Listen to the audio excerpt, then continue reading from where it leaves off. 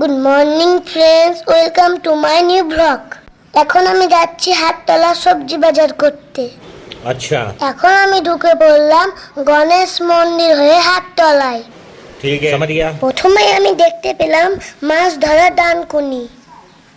তারপরে এই সবজিগুলি আমরা কিনতে চলে এলাম। তারপরে আমি বেছে বেছে কচি কচি ভেন্ডি নিয়ে নিলাম। এবার মা আমার কচু কিনে নিল। এখন আমি বেছে বেছে আদা কিনে নিলাম। এই কাকুটা ফেসবুকে আচ্ছা। ভিডিও বানায়, ठीक है, তাই আমাকে হাই বলে দিল। समझ गया। আমার মা 14 টাকা কেজি আলু কিনে নিল। টমেটোর দাম খুব বেশি, তাই আমি ভয়ে ভয়ে মার দিকে তাকিয়ে টমেটো কিনে নিলাম। বন্ধুরা, কত মিষ্টি কুমড়ো দেখুন। এখন আমরা চলে এলাম মশলা বাজারে। এখানে অনেক রকমের পাঁপড় আর পাস্তা পাওয়া যায় বন্ধুরা।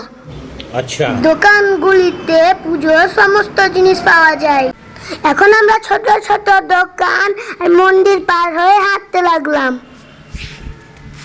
এখন আমি সুন্দর সুন্দর ফুলগুলি দেখতে লাগলাম।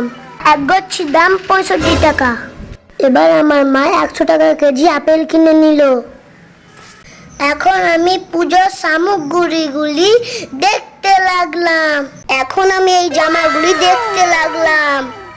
আমি বেশ লাফিয়ে লাফিয়ে হাঁটছিলাম। এই না আমি কুকুরগুলোকে দেখলাম, ভয়ে উল্টো দিকে দৌড়াতে লাগলাম।